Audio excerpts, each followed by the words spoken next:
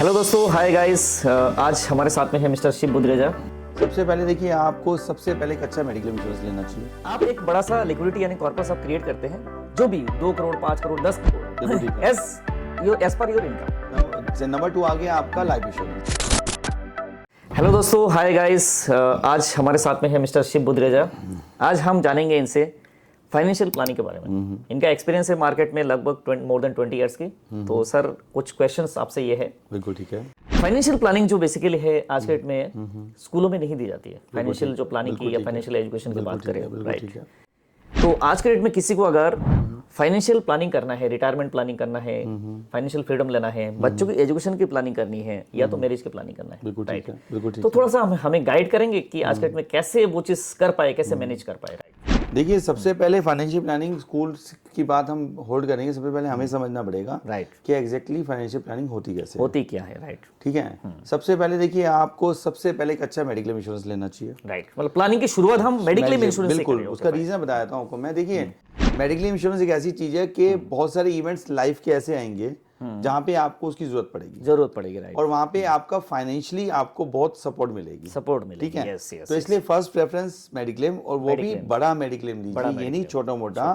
और बड़ा मेडिक्लेम सस्ता आता है, कोई महंगा नहीं आता, क्योंकि अगर आप उसका कॉम्बिनेशन कितने का मतलब एक कवरेज होना चाहिए। सपोज दैट एक मेट्रो सिटीज में अगर कोई पर्सन है, जैसे दिल्ली एनसीआर की बात करें, जैसे हम दिल्ली एनसीआर में रह रहे हैं, है ना, या तो मुंबई मेट्रो सिटीज वगैरह है, तो कितने का मतलब मिनिमम से बात करें सर। आप 1-2 करोड़ की आप बात करेंगे तो थोड़ा सा कस्टमर को लगेगा भाई इतना बड़ा इंश्योरेंस। एक लेमन की अगर बात करें, एक मिडिल क्लास की बात करें, कितने का मिनिमम लेके चलना चाहिए सर, प्लीज। देखिए, मिनिमम कवर जो है वो 50 लाख तो होना चाहिए। 50 लाख का, और 50 लाख का कवर बहुत सस्ता आता है। ओके। बट आपको उसका, आपके एडवाइजर को उसका नॉलेज होना चाहिए कि वो 50 लाख का, जैसे कई लोग 10 लाख का पॉलिसी लेते हैं, बट उसी अमाउंट में 50 लाख का भी हो सकता है। उसको एडवाइजर को थोड़ा सा आपको मतलब अपडेट करना चाहिए। कहना चाहिए कि 50 लाख भी ना करे, फिर भी एक 20 लाख का लेंगे फिर भी ठीक है, चल सकता है। सर, बहुत जरूरी है, इससे कम तो आप सोचिए मत। ठीक है। नंबर 2 आ गया आपका लाइफ इंश्योरेंस। लाइफ इंश्योरेंस में टर्म इंश्योरेंस जरूर लीजिए, बिकॉज अभी आप देख ही रहे हैं, अभी फ्लाइट का जो केस आया है, फ्लाइट केस से अभी इतना बड़ा केस आया है, तो लाइफ अहमदाबाद में जो अभी प्लेन क्रैश हुआ था, लाइफ में अनसर्टेनिटी की डेफिनेशन अनसर्टेनिटी, ओके फाइन। तो अनसर्टेनिटी किसके साथ कब क्या हो जाए, किसी के साथ भी हादसा हो सकता है। या तो आज के डेट में आप देखोगे, नहीं अभी लेटेस्ट जो अभी हादसा जैसे आप कह सकते हैं, जो अभी वो आया था महामारी, है ना, कोरोना के टाइम में, तो काफी जो यंग एज उस टाइम बहुत सारे एविडेंस हैं, बहुत सारे इवेंट्स हैं। अगर आप देखेंगे, आप सुनते भी होंगे आपकी फैमिलीज में, किसी को हार्ट अटैक आ रहा है, किसी की किडनी फेल हो रही है, किसी का लीवर हो रहा है, किसी को ब्रेन हेमरेज हो रहा है, ये चीज नॉर्मल, क्लॉटिंग हो रही है, ये चीज नॉर्मल हो गई है। तो अभी टर्म प्लान आप फिट हैं, और मतलब इस समय आपकी एलिजिबिलिटी जो बन रही है और एज कम है, तो टाइमली इसको ले लीजिए। आप डिले करेंगे, कल को कोई प्रॉब्लम होगी तो प्रीमियम भी महंगा होगा और आपको मिलेगा भी नहीं। तो उससे भी आप मतलब उसकी इंपॉर्टेंस बहुत है। तो मतलब कहने का मतलब ये चाहते हैं, मैं थोड़ा सा ऐड करूं बीच, मतलब फाइनेंशियल प्लानिंग की अगर हम शुरुआत करें तो आपके कहने का मतलब ये है कि सबसे पहले हम लेंगे एक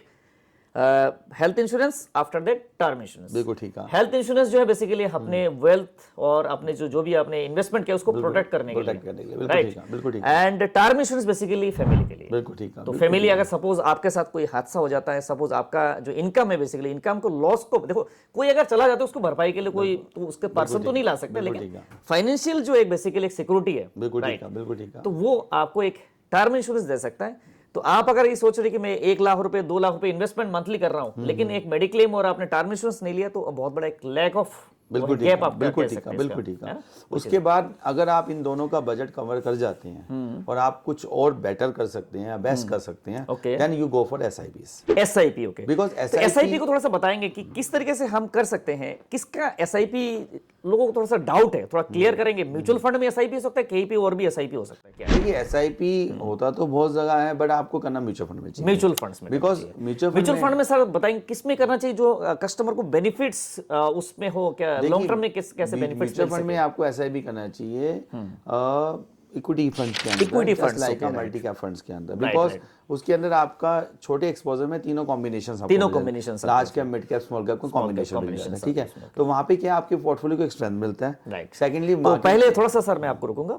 म्यूचुअल फंड जब से शब्द आता है तो इसमें एक डिस्क्लेमर देना बहुत ही जरूरी है। Mutual fund investments are always subject to market risk. Read all scheme related information carefully before investing. बिल्कुल ठीक। एंड इन्वेस्ट करने से पहले आप अपना फाइनेंशियल एडवाइजर से सलाह जरूर ले लीजिएगा। ये हमारे चैनल पर अभी जो भी हम डिस्कशन कर रहे हैं ये आप एक एजुकेशन पर्पस के लिए, कोई हम इन्वेस्टमेंट पर सलाह नहीं देते आपको, राइट। आप अपना फाइनेंशियल मतलब जो वो है एडवाइजर है, आप बात कर लीजिएगा जरूर, right. Please sir continue. Then अभी क्या है, म्यूचुअल फंड में अगर आप शॉर्ट टर्म आपके जो टारगेट्स हैं या फिर थोड़ा सा लॉन्ग टर्म टारगेट्स में बहुत अच्छा आप ये अपना पोर्टफोलियो ऑप्शंस आप देख सकते हैं, पोर्टफोलियो क्रिएट कर सकते हो और इसमें आपको एक बेनिफिट भी मिलता है। देखिए होता क्या है कि आपकी रेगुलर इनकम भी बन जाती है।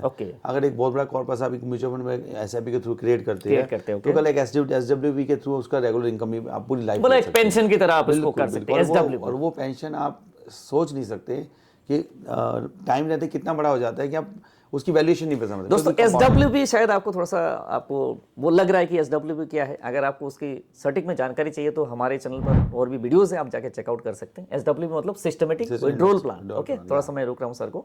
तो आप जो सर जो ये कहना चाह रहे हैं, इफ आई एम रॉन्ग आप उसको करेक्ट करिएगा। आप एक बड़ा सा लिक्विडिटी यानी कॉर्पस आप क्रिएट करते हैं, जो भी 2 crore 5 crore 10 crore as per your income, right. आप जितना चाहे उसको क्रिएट करेंगे। उसके बाद आप जो है रिटायरमेंट या फाइनेंशियल फ्रीडम कह सकते हैं। रिटायरमेंट सब थोड़ा सा लगता है यार बुढ़े हो गया है ना, रिटायरमेंट हो गया, लेकिन एक फाइनेंशियल फ्रीडम, कोई भी फाइनेंशियल फ्रीडम किसी भी एज में ले सकता है, राइट। अगर आप चाहते हैं कि 40 की एज में आपको एसडब्ल्यूपी लगा सकते हैं, 45 की एज में, 50, 55 या 60 की एज में आप लगा सकते हैं एज पर योर इनकम। आप चाहते हैं कि सपोज आपने कुछ लिक्विडिटी क्रिएट किया तो उसमें एसडब्ल्यूपी, बिल्कुल ठीक है। तो कितना सर एसडब्ल्यूपी मिनिमम लगा सकते हैं? इसका कोई लिमिट्स वगैरह कुछ है क्या? लिमिट्स क्या, जो आपका टोटल कॉर्पस है उसका एटलीस्ट आप 9 to 10% का लगाइए। ओके, 9 to 10% का लगा सकते हैं। ये सपोज दैट अगर मेरे पास 2 करोड़ रुपया मैंने लिक्विडिटी क्रिएट कर दिया तो कितना 9% के हिसाब से 18 लाख रुपए साल का, तो मतलब 1.5 लाख रुपए पर मंथ का मैं एसआईपी सॉरी एसडब्ल्यूपी में आप रेगुलर इनकम ले सकते हैं। मतलब एक तरीके से एक सैलरी की तरह आप कह लीजिए। बिल्कुल ठीक है, बिल्कुल ठीक है ना। तो कितना बढ़िया चीज आज के डेट में एक लोगों को एजुकेशन नहीं है, अवेयरनेस नहीं है कि अगर हम लिक्विडिटी क्रिएट करते हैं तो एसडब्ल्यूपी के जरिए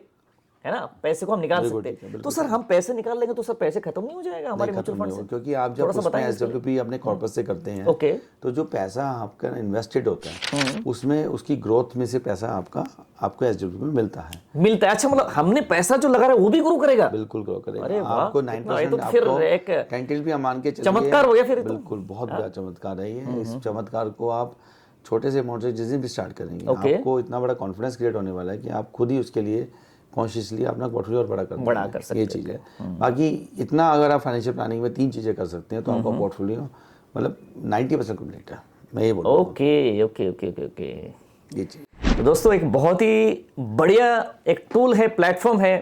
देखो आज के डेट में इन्फ्लेशन मेरे ख्याल में सर 6 से 7% की रेंज में, 6 से 7%। तो मार्केट में बहुत सारे और भी इंस्ट्रूमेंट है, तो लगभग उनमें रिटर्न जो है लगभग 6 से 7% आता है। तो लोग वहां पर ज्यादातर क्यों लोग जो है मैक्सिमम इन्वेस्टमेंट आज के डेट में फिर भी वही पे इन्वेस्टमेंट लोग करते हैं? अवेयर नहीं है, बिकॉज रीजन ये है कि जहाँ पे वो इन्वेस्ट करते हैं वो लोग भी तो इक्विटी में पैसा इन्वेस्ट कर रहे हैं, आपसे पैसा लेके मार्केट में डिप्लॉय कर रहे हैं, आपके पैसे पे बिजनेस कर रहे हैं। और आप जब कोई एसडब्ल्यूपी कर रहे हो या फिर कोई पैसा इक्विटी में फ्लोट कर रहे हो by the way of SIP, by the way of lump sum investment, आप ये देखो आप कंपनी के अंदर उसका स्टेक ले रहे हो। ओके, मतलब ऐसे आप पार्टनर कंपनी का partner business partner, ICICI bank आपके लिए काम कर रहे हैं, राइट। आपका शेयर बाय या रिलायंस आपके लिए काम कर रहे हैं। मतलब आप जैसे आप सो रहे फिर भी आप पैसा आपके लिए काम कर रहे हैं, कंपनी काम कर रही है, आपने तो उसमें हिस्सेदारी ले ली। तो इस चीज को समझना पड़ेगा। देखिए आप चीजों को समझिए, हर ये सारी कंपनी ऐसा ग्रो कर रही है तो आपका पैसा क्यों नहीं ग्रो कर रहा, मुझे खुद पता ही है। तो सर को कहने का मतलब ये सिर्फ नौकरी करके आप जो है आप एक फाइनेंशियल फ्रीडम लेना बहुत ही मुश्किल काम है और अमीर बनना एक बहुत बड़ी मुश्किल काम है। अपने पैसे अगर पैसे को ऐसे जगह पे लगाना है, पैसे को मैनेज करना बहुत बड़ी बात है, बहुत बड़ी। इसीलिए एक बढ़िया से बढ़िया आपको फाइनेंशियल एडवाइजर की रिक्वायरमेंट है, राइट। वही आपको गाइड करेगा। मैक्सिमम लोग सोचते हैं कि हम अपने पोर्टफोलियो को खुद मैनेज कर लेंगे, लेकिन सर ऐसे केसेस देखा गया है कि मोस्ट ऑफ द केसेस जो होता है, जो लोग सोचते हैं कि हम खुद इन्वेस्टमेंट कर लेंगे, लेकिन वो ऐसे सुनामी आता है जब मार्केट गिरता है उस टाइम पैनिक होकर पैसे निकाल लेते हैं। लगभग 70 to 80% लोग। ऐसे क्यों होता है? ऐसा इसलिए होता है, देखिए जब आप एक होता है डायरेक्ट इन्वेस्टमेंट, जो लोग बहुत जिसके लिए बहुत लोगों ने मतलब देखिए हमारा कोई रिकमेंडेशन नहीं है कि आप डायरेक्ट करिए या तो आप किसी एडवाइजर के थ्रू से करिए, लेकिन ऐसे केसेस देखा कि उन केसेस में ऐसे होता है। क्यों? इसमें ये होता है कि at the time of following the market लोगों को ये नहीं समझ आता कि ये टेम्परेरी है, परमानेंट नहीं है। परमानेंट नहीं है क्योंकि टेम्परेरी मार्केट नीचे जाता है, परमानेंट नहीं है। वो मार्केट में कोई न्यूज़ आता है, मार्केट उसमें रिएक्ट करता है, ओके फाइन, ठीक है। तब आपका फाइनेंशियल एडवाइजर जो होता है वो आपको ब्रेक करता है, रोकता है इन चीज़ों से। आप बस थोड़ा सा रुकिए, पेशेंस रखिए, होता क्या है, हौसला देता है, अगर मान लेते हैं कोई बीच में एक छोटा सा भी आपको कोई बंदा समझाने के लिए तो आपका डिसीजन चेंज हो सकता है, बिल्कुल। तो वो बहुत बड़ी वैल्यू क्रिएट कर देता है। मतलब अकेले में आप जो है बिल्कुल कंफ्यूज हो जाते हैं कि रहे ना रहे, या तो मार्केट डूब रहा है इमोशंस में, वो गलती नहीं कर गलत डिसीजंस हो जाते हैं। कभी कभार ऐसे देखा गया कि पैसे लगाया कस्टमर ने, पैसे को अच्छा ग्रोथ मिल गया और पैसे को क्विट कर लिया, लेकिन वो उसका जो गोल है गोल तक नहीं पहुंचा, वो अपना एम नहीं पहुंच पाता, क्योंकि फाइनेंशियल एडवाइजर का रोल ही यही है कि आपकी वो सही टाइम पे आपको आपके गोल को फुलफिलमेंट करने के लिए, आपके जो सपना है अपने ड्रीम से, गलत टाइम पे पैसा निकालने से रोकना और गलत चीजों के अंदर, जैसे आपने मतलब इन्वेस्टमेंट कर रखा है गलत चीजों, उसको भी सही जगह डिप्लॉय करवाना, ये उसका एक अच्छा रोल है, मेन ये बात है। तो दोस्तों ये था म्यूचुअल फंड्स के बारे में, इन्वेस्टमेंट के बारे में शिव बुद्धिराजा जी से हमने डिस्कस किया, राइट। कुछ और पॉइंट सर इसमें हमारे जो इन्वेस्टर है, जो हमारे जो दर्शक है, इनको अगर गाइड करना चाहेंगे वो क्या करना चाहिए? बस आपको कुछ नहीं करना, मैंने आपको जैसे बताया, आपको मेडिक्लेम, एक अच्छा मेडिक्लेम लेना है, साथ में एक अच्छा टर्म प्लान लेना है और एक एसआईपी करना, अगर आप कर पाए तो। एसआईपी का प्लानिंग भी ऐसा करना चाहिए, थोड़ा सा रुक रहा हूँ, एसआईपी का प्लानिंग भी ऐसा करना चाहिए कि आपके गोल बेस्ड होना चाहिए सारे। बिल्कुल ठीक है, गोल बेस्ड आप एक एसआईपी करिए, वेल्थ क्रिएट करिए और फ्यूचर में एसडब्ल्यूपी लगाइए। फॉर एग्जाम्पल, जैसे आप अपने बच्चे को छोटे से बड़ा करते हैं, वो जब 12वीं क्रॉस करता है या ग्रेजुएशन होता है, वो जाके कमाना स्टार्ट करता है, राइट। तो एसआईपी भी एक दिन में ग्रो नहीं करती, yes, take some time to grow. तो देन आप अपने एम को, जैसे बच्चे का एम देखते हैं, ऐसे अगर अपने आप में मानिए मेरे 3 बच्चे हो गए, 2 है तो एक एसआईपी को बच्चा बना लीजिए। मैं कमिटमेंट लेके कहता हूँ आपको, आप बिलीव कीजिएगा कि आप सोच भी नहीं सकते वो बच्चा आपके लिए क्या कर जाएगा, क्या करेगा। बिल्कुल। मतलब जो आइंस्टाइन ने एक बात बोली थी, है ना, compounding is the 8th wonder of the world, है ना। तो कंपाउंडिंग ऐसे जगह पे पैसा लगाइए जब वो पैसा कंपाउंड करे, चक्रवृद्धि ब्याज जिसको कहते हैं, तो वो आपको मिल सकता है एसआईपी के जरिए। बिल्कुल ठीक है, राइट। एसआईपी बारे में आपको कुछ और जानकारी चाहिए तो आप हमें कमेंट कर सकते हैं, मैसेज कर सकते हैं, राइट। अगर आपको वीडियो अच्छा लगे, लाइक एंड शेयर जरूर कीजिएगा। सर, हमारे जो दर्शक है उनको कुछ बोलना चाहेंगे हमारे चैनल के बारे में? आपका चैनल बहुत एजुकेशन दे रहा है रिगार्डिंग फाइनेंशियल प्लानिंग, आप इस चैनल को सब्सक्राइब कीजिए और इसको सपोर्ट कीजिए ताकि और भी एजुकेशन जो आपके जो ब्रॉडकास्ट है वो इसमें आते रहे। Right. Thank you so much sir हमारे चैनल पर आने के लिए। नेक्स्ट टाइम और भी आपसे वीडियो हम शूट करेंगे। आप थोड़ा सा, आपकी बहुत बहुत धन्यवाद, आपने कीमती टाइम हमारे चैनल के लिए दिया। Thank you sir, thank you so much. मिलते अगले वीडियो में, राइट। तब तक मिलते शिव बुद्धिराजा जी के साथ नेक्स्ट और वीडियो में हम मिलेंगे। बाय बाय, जय हिंद, वंदे मातरम।